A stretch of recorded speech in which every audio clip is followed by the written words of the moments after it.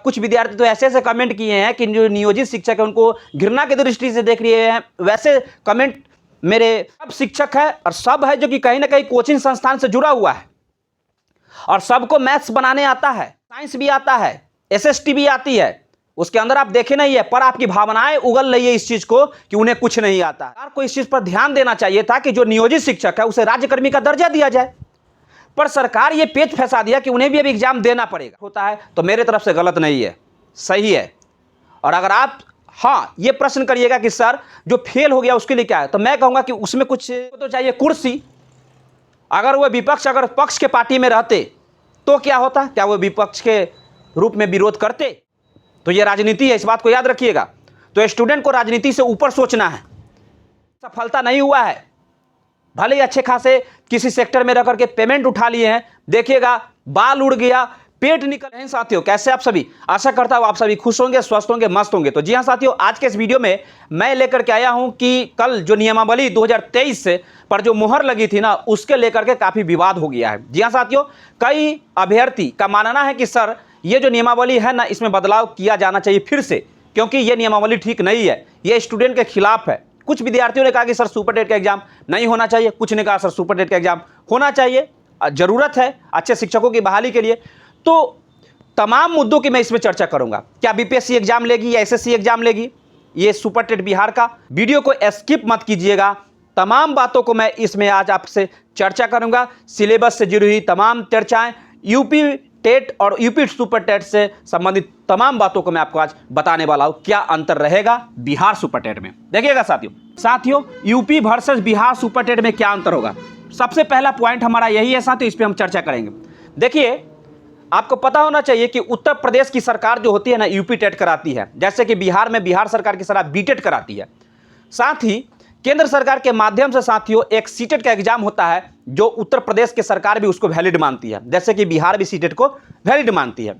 मैं अभी उत्तर प्रदेश के बारे में चर्चा करूंगा। उत्तर प्रदेश में साथियों यूपी टेट या सीटेट पास अभ्यर्थी को सुपर टेट का एग्जाम देना पड़ता है, तब जाकर के उनको नौकरी होती है। डायरेक्ट यूपी टेट या सीटेट पास करने के बाद उनके पास एक पात्रता परीक्षा का एक सर्टिफिकेट मिलता है, क्वालिफाइंग समझे जाते हैं, पर एग्जाम का देने के बाद उनको जॉब नहीं लगता है। सुपर टेट एग्जाम निकालने के बाद साथियों तब उनको जॉब होता है। तो इसके विपरीत बिहार में चले आइए तो यही नियम अब लागू हो गया कल से।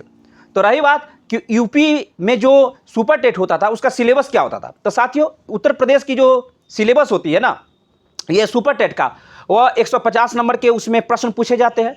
और प्रश्न जो पूछे जाते हैं ना, आपको तमाम सब्जेक्ट से पूछे जाते हैं। जैसे कि अगर आप रेलवे की तैयारी करते हैं, एसएससी की तैयारी करते हैं, उस लेवल पे साथियों, पर वैसा लेवल नहीं रहता है, हार्ड वैसा लेवल नहीं है, पर उस लेवल पर आधारित प्रश्न पूछे जाते हैं। फर्क इतना है कि वहाँ पे एसएससी या ये रेलवे के एग्जाम में आपका निगेटिव मार्किंग का प्रावधान है, पर यहाँ पे उत्तर प्रदेश की जो सुपर टेट ली जाती है वहाँ पे निगेटिव मार्किंग नहीं है। दूसरी बात, एग्जाम 2.5 घंटे का होता है और 150 नंबर का क्वेश्चन रहता है। अब रही बात, पास करने के लिए 60% पास मार्क की आवश्यकता होती है। अब जो भी कैंडिडेट है कैटेगरी वाइज उसका अलग अलग, मैं अलग से एक वीडियो डाल दूंगा, आप घबराइएगा नहीं। सिलेबस में तमाम विषयों को उसमें इंक्लूड किया जाता है, जैसे कि आपको करेंट अफेयर्स भी पढ़ना पड़ेगा, साइंस भी पढ़ना पड़ेगा, और ये पेडागोजी पढ़ना पड़ेगा, सीडीपी पढ़ना पड़ेगा, मैथ्स, रीजनिंग, तमाम जीके जीएस, तमाम बातें साथियों जो कि आप जब आपका सिलेबस आएगा ना तो पूरी तरह से मैं उस पर वीडियो बता दूंगा क्या क्या पढ़ना है, बस इतना समझिए। यानी कि जस्ट लाइक, क्या उत्तर प्रदेश के सुपर टेट के जैसा ही बिहार का सुपर टेट होगा, तो जी हाँ साथियों बिल्कुल वैसा ही होगा, पैटर्न बिल्कुल वैसे ही रहेंगे, कुछ तो बदलाव होगा। तो उत्तर प्रदेश में जो सामान्य ज्ञान पूछे जाते हैं वो उत्तर प्रदेश के जो निजी है ना, निजी यानी उत्तर प्रदेश के निवासी है, उत्तर प्रदेश से संबंधित सामान्य ज्ञान पूछे जाते हैं, पर यहाँ पे बिहार से संबंधित पूछे जाएंगे, थोड़ा सा अंतर हो जाएगा। पर रही बात क्या कि बदलाव जो है ना, कुछ खास नहीं दिखेगा सिलेबस में, वैसा ही मिलता जुलता आपका सिलेबस दिखेगा। साइंस तो कुछ बदलता नहीं है, मैथ भी कुछ बदलता नहीं है, बस अंतर हो गया कि वह उत्तर प्रदेश की सरकार का है, ये बिहार सरकार का सुपर टेट है। चलिए आगे बढ़ता हूं साथियों, मिलता जुलता सिलेबस मिलेगा आपको। रही बात कि सीटेट बीटेट एस्टेट जो फेल है उनका क्या होगा, देखिए साथियों कल नियमावली पर साफ तौर पे यह बात जाहिर कर दिया गया है कि जो कैंडिडेट सीटेट बीटेट या एस्टेट पास है वही सुपर टेट का एग्जाम देंगे, याद रखिएगा। तो इसमें कोई कुछ नहीं कर सकता है। अगर कोई कैंडिडेट पास नहीं है तो इस पर संशय है साथियों, कहा नहीं कुछ जा सकता है। क्या सरकार उसे मौका देगी सुपर टेट में बैठने की या नहीं देगी, ये आने वाले सिलेबस और नोटिफिकेशन के माध्यम से ये पता चलेगा। रही बात कि मुझे नहीं लगता है साथियों कि जो सीटेट बीटेट या एस्टेट अगर फेल है कोई भी, तो शायद उनको मौका ना मिल सके। अगर मान लीजिए कि अगर आप सीटेट नहीं पास किए तो बीटेट तो किए होंगे, अगर बीटेट नहीं तो एस्टेट तो किए होंगे, कोई एक एग्जाम आपको क्वालिफाइंग होना चाहिए, तब जाकर के आप सुपर टेट दे सकते हैं। प्रॉब्लम यही चीज़ है, अगर नहीं पास किए साथियों तो आप वंचित रह जाइएगा, समझिएगा बातों को। रही बात कि क्या बीपीएससी या एसएससी कौन कराएगा एग्जाम, साथियों कल के नियमावली में ये बात भी जाहिर की गई कि आयोग एग्जाम लेगा सुपर टेट का बिहार में, तो ये बीपीएससी लेगा, एसएससी लेगा। ये आप लोग बहुत सारे स्टूडेंट का कमेंट है कि सर बीपीएससी एग्जाम लेगा तो क्या होगा। लोग ये सोचने लगे कि बीपीएससी एग्जाम जो होता है ना, लोक सेवा आयोग, यह एक हाई लेवल का एग्जाम ले लेगा, पर ऐसा कुछ बात नहीं है। सुपर टेट का एग्जाम भी उतना हार्ड नहीं होता जितना आप सोचते हैं, ठीक है, पर कुछ तो चेंजिंग रहते हैं, करंट अफेयर्स रहते हैं साथ ही उसमें। अगर आप 6 महीने के करंट अफेयर्स को अच्छा से पढ़ जाते हैं तो आप उसको फॉलो कर सकते हैं। रही बात कि बीपीएससी या एसएससी के नाम पर डरने की, तो डरिए मत, ये क्लियर नहीं हुआ है कि बीपीएससी ही एग्जाम लेगी, एसएससी भी एग्जाम ले सकती है या कोई अन्य संस्था भी एग्जाम ले सकती है साथियों। तो इसमें घबराना नहीं है, किस कंपनी को मिलता है ये एग्जाम, जैसे भी होगा बस इतना जान लीजिए कि निगेटिव मार्किंग ना हो, सबसे बेस्ट रहेगा। उत्तर प्रदेश की जैसे सुपर टेट होती है वैसे ही होना चाहिए यहाँ पर भी, और निगेटिव मार्किंग नहीं होगा, ये तो फिक्स है, घबराइए नहीं। उतना ही समय मिलेगा, भरपूर समय मिलेगा आपको, 2.5 घंटे का। रही बात कि कब तक सुपर टेट होगी, तो प्यारे साथियों ध्यान रखिएगा, अब कल तो नियमावली आई है, अभी पूरा मामला गरमाए हुआ है, ठीक है, क्या होगा नहीं होगा तमाम बातें साथियों आपको धीरे धीरे देखने को मिलेगा। रही बात कि सुपर टेट एग्जाम होगी कब, तो आपको बता देता हूं, मेरे विचार से ये जुलाई अगस्त में इसका नोटिफिकेशन आ सकता है, अभी तो आएगी ही नहीं, इस बात को याद रखिएगा। और सरकार बहाली को 2024-25 तक लेकर के जाएगी, 100% जाएगी, क्योंकि सरकार ने भी यहाँ पे गेम खेला है और तमाम मुद्दों को ध्यान में रखते हुए सरकार चाहती है क्या कि मैं स्टूडेंट का आप छटैया करूं, और स्टूडेंट यहाँ पे बहुत सारे छटा जाएंगे सुपर टेट में, क्योंकि सुपर टेट के एग्जाम निकालने से ही ज़्यादा स्टूडेंट अभी घबरा गए हैं, महिलाएं घबरा गई हैं, और उनको मैं कहना चाहता हूँ घबराइए मत, जो आपके हाथ में नहीं है उसे आप भगवान पे छोड़ दीजिए और अपना परिश्रम करते जाइए, आप पढ़ाई पर अब लग ही जाइए। क्या यूपी सुपर टेट के जैसे ही बिहार में सुपर टेट होगा? जी हाँ साथियों, मैंने इसके बारे में तो चर्चा कर ही दिया है कि जस्ट वैसी के जैसा रहेगा, मिलता जुलता रहेगा, थोड़ा बहुत बदलाव रहेगा कि सामान्य ज्ञान जो है ना बिहार सरकार का पूछा जाएगा, बिहार का पूछा जाएगा, वहाँ पे वो यूपी सरकार का पूछा जाता है, ठीक है। अब रही बात कि क्या यह सरकार सही कर रही है, देखिए यहाँ ध्यान दीजिएगा साथियों, मैंने यहाँ पे 5 क्वेश्चन मार्क्स लगाया है, समझिएगा बात की गहराई को। मैंने यहाँ पे क्या किया है कि 5 क्वेश्चन मार्क्स लगा दिया है, जरा आप समझिएगा बात की गहराई को। मैं ये क्वेश्चन मार्क इसलिए लगाया हूं ताकि मैंने आपको खुद विचार करने के लिए छोड़ दिया है, समझिएगा। मैं तो कहूंगा कि ये ठीक है, पर आप कहिएगा कमेंट में कि सर ये गलत है, क्योंकि आपने बहुत सारे कमेंट किया है, मैंने देखा है। और अब कुछ विद्यार्थी तो ऐसे ऐसे कमेंट किए हैं कि जो नियोजित शिक्षक है उनको घृणा की दृष्टि से देख रहे हैं, वैसे कमेंट मेरे चैनल पे किए हैं, ऐसे ऐसे कमेंट किए हैं जैसे कि उनके पास कुछ अस्तित्व ही नहीं है। तो भैया ये गलत फहमी में मत रहिए, सब शिक्षक है और सब है जो कि कहीं ना कहीं कोचिंग संस्थान से जुड़ा हुआ है, और सबको मैथ्स बनाने आता है, और सबको साइंस भी आता है, एसएसटी भी आती है, उसके अंदर आप देखे नहीं है, पर आपकी भावनाएं उगल रही है इस चीज को कि उन्हें कुछ नहीं आता है, पर यह गलत बात है। इस भ्रम में कभी मत रहिए, किसी को कम मत आकिए, हमेशा याद रखिएगा एक परफेक्ट मैन वही होता है जो सामने वाले के दृष्टि को पढ़ना जानता हो, बल्कि उसके अंदर के बुराइयों को निकालना जानता हो, वो बिल्कुल परफेक्ट नहीं होता है।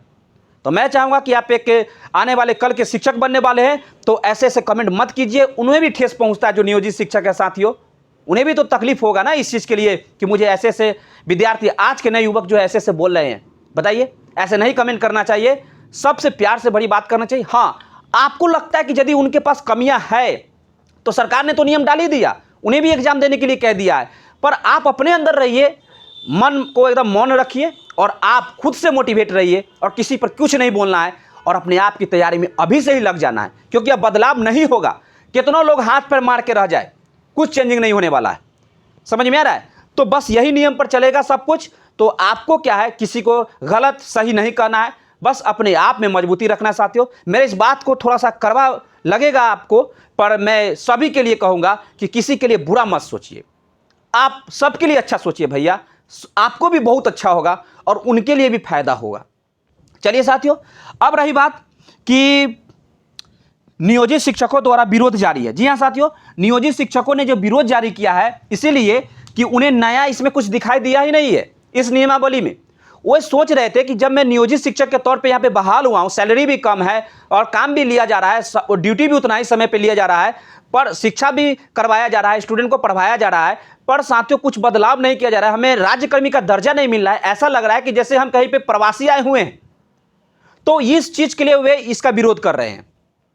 और हालांकि यह सही बात है कि सरकार को इस चीज पर ध्यान देना चाहिए था कि जो नियोजित शिक्षक है उसे राज्यकर्मी का दर्जा दिया जाए, पर सरकार यह पेच फंसा दिया कि उन्हें भी अब एग्जाम देना पड़ेगा राज्यकर्मी का दर्जा लेने के लिए। तो क्या बदलाव हुआ नियोजित शिक्षकों के लिए?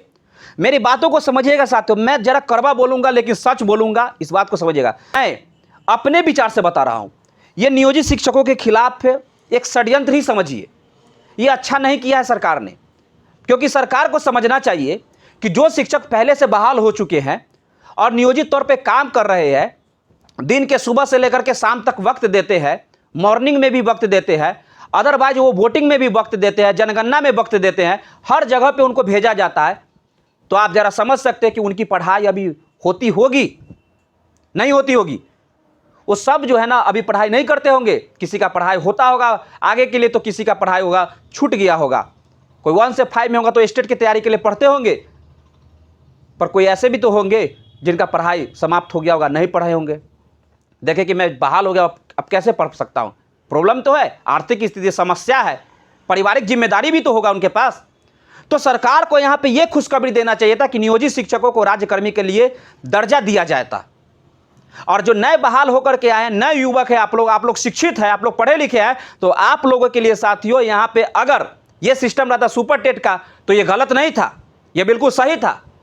पर जरा सा दिमाग लगाइए आप, जरा सा उस दौर पर आप भी सोचिए, अगर आपके उस जगह पे आपके पिताजी होंगे बहाल, आपके चाचा होंगे, आपके रिश्तेदार होंगे, आपकी माँ होगी, आपकी सिस्टर होगी अगर बहाल नियोजित तौर पे, तो उन्हें भी तो एग्जाम देना पड़ेगा राज्यकर्मी का दर्जा लेने के लिए। कितना तकलीफ होगा इस चीज को सोचते हुए। पर क्या है हम लोग के पास कि केवल हम लोग अपने स्वार्थ के बारे में सोचते हैं। अगर इस बात से आपको कड़वा लगा होगा तो आप मेरे चैनल को अनसब्सक्राइब करके जा सकते हैं। पर मैं सच कहता हूं, समझिएगा बात की गहराई को, नियोजित शिक्षकों के लिए दुख भरा घटना है। उन्हें अपने ही राज्य में अपने ही निवासी के तौर पर उन्हें प्रवासी की तरह लगेगा, तो ये तो गलत बात है ना। जो भी हो रहा है ना वो सही नहीं हुआ। नियोजित शिक्षकों को भी राज्यकर्मी का दर्जा मिलना चाहिए, पेमेंट भी उनका बढ़ना चाहिए, सब कुछ होना चाहिए। और जो अभी के स्टूडेंट हैं उनके लिए साथियों अगर सुपर टेट होता है तो मेरे तरफ से गलत नहीं है, सही है। और अगर आप ये प्रश्न करिएगा कि सर जो फेल हो गया उसके लिए क्या है, तो मैं कहूँगा कि उसमें कुछ परिवर्तन हो। जो फेल हो गए विद्यार्थी ना, सीटेट बीटेट या स्टेट कोई भी है, तो उनके लिए कुछ प्रावधान करे। पर मुझे नहीं लगता कि सरकार कोई प्रावधान करेगी, बस यही मैं कहना चाहूँगा साथियों। अब रही बात कि विपक्षों द्वारा भी नियमावली का विरोध किया जा रहा है। हाँ, विपक्ष तो करेंगे ही नियमावली का विरोध, ये तो फिक्स है, विपक्ष करेंगे ही नियमावली का विरोध। विपक्ष को तो चाहिए कुर्सी। अगर वह विपक्ष अगर पक्ष के पार्टी में रहते तो क्या होता? क्या वो विपक्ष के रूप में विरोध करते? नहीं करते। तो ये राजनीति है, इस बात को याद रखिएगा। तो स्टूडेंट को राजनीति से ऊपर सोचना है, समझ में आ रहा है साथियों? और किसी के लिए बुराई नहीं सोचना है, अच्छाई सोचना है। रही बात कि आगे के दौर के लिए आगे क्या करना है, तो आप अपने अंदर में मजबूती लाइए, पढ़ाई पे फोकस कीजिए। अब ये एक विद्यार्थी ने कमेंट किया था, क्या मैंने कल वीडियो बनाया था, तो एक विद्यार्थी कमेंट किया था कि सर ये किसी के जगाने से कोई जगेगा क्या, मैं तो खुद जगा हुआ हूं। तो बात सही है कि आप जगे हुए हैं, बहुत खुशी हुई आपने जो ये कमेंट किया कि मैं जगा हुआ हूं, बहुत अच्छा लगा मुझे सुन करके। और ऐसे ही सारे विद्यार्थियों को जगना है और तमाम विद्यार्थियों को मेहनत में लगना है। पर एक चीज हमेशा ध्यान रखिए, दूसरे की निंदा नहीं करना है। अपने बारे में सोचिए कि हम कैसे आगे बढ़ सके। बुराई में भी हमें अच्छाई को ढूंढना है, इस बात को याद रखिएगा। सकारात्मक सोच रखिएगा, परफेक्ट टीचर आप तभी कहलाइएगा और सफल भी होइएगा, जल्दी जल्दी सफल होइएगा। ऐसे शिक्षकों को, ऐसे डॉक्टरों को, ऐसे मास्टर को या ऐसे कर्मचारियों को आपने देखा होगा जो अंदर से रूढ़िवादिता को ग्रहण किए हुए है, उनकी सफलता नहीं हुआ है। भले ही अच्छे खासे किसी सेक्टर में रह करके पेमेंट उठा लिए हैं, देखिएगा बाल उड़ गया, पेट निकल गया, सब कुछ प्रॉब्लम हो गया उनको, और तरह तरह के बीमारी पैदा हो गया। अपने परिवार में सही से कोई बात नहीं करता है, रूढ़िवादिता हो गया उसके अंदर। झझक के बात करेगा लोग एक दूसरे से। वैसे शिक्षक भी हम लोग के गांव में और आपके भी होंगे आस पड़ोस में, मैं गलत नहीं कह रहा हूं। तो मैं ये कहना चाहता हूं, ये इसलिए कहना चाहता हूं साथियों कि आप किसी के बारे में गलत नहीं सोचिए, अच्छा सोचिए, आपका भला होगा, अच्छा होगा। और आप स्वस्थ रहने के बारे में ज़्यादा सोचिएगा। नौकरी कुछ नहीं होता है, आपका शरीर जितना स्वस्थ रहेगा ना साथियों उतना बेहतर रहेगा। भले आप 1 लाख 1.5 लाख 2 लाख के महीना कमा लीजिए, शरीर स्वस्थ नहीं तो कोई काम का नहीं। डॉक्टर के पास सैलरी उठा के देते जाइए, काम चलते रहेगा। तो साथियों घबराना नहीं है, जो होगा आगे का न्यूज़ मैं आपको बताते जाऊंगा। अगर कोई चेंजिंग वगैरह होता तो भी मैं बताऊंगा, घबराना नहीं है। पर आप सकारात्मक रहिएगा, पॉजिटिव सोचिएगा, अच्छा सोचिएगा, सबका समर्थन कीजिएगा, घबराइएगा नहीं। खुश रहिए, मोटिवेट रहिए और आगे बढ़ते रहिए साथियों। जल्द से जल्द आप लोग शिक्षक बनिए। मिलता हूं कल के नेक्स्ट वीडियो में। जय हिंद।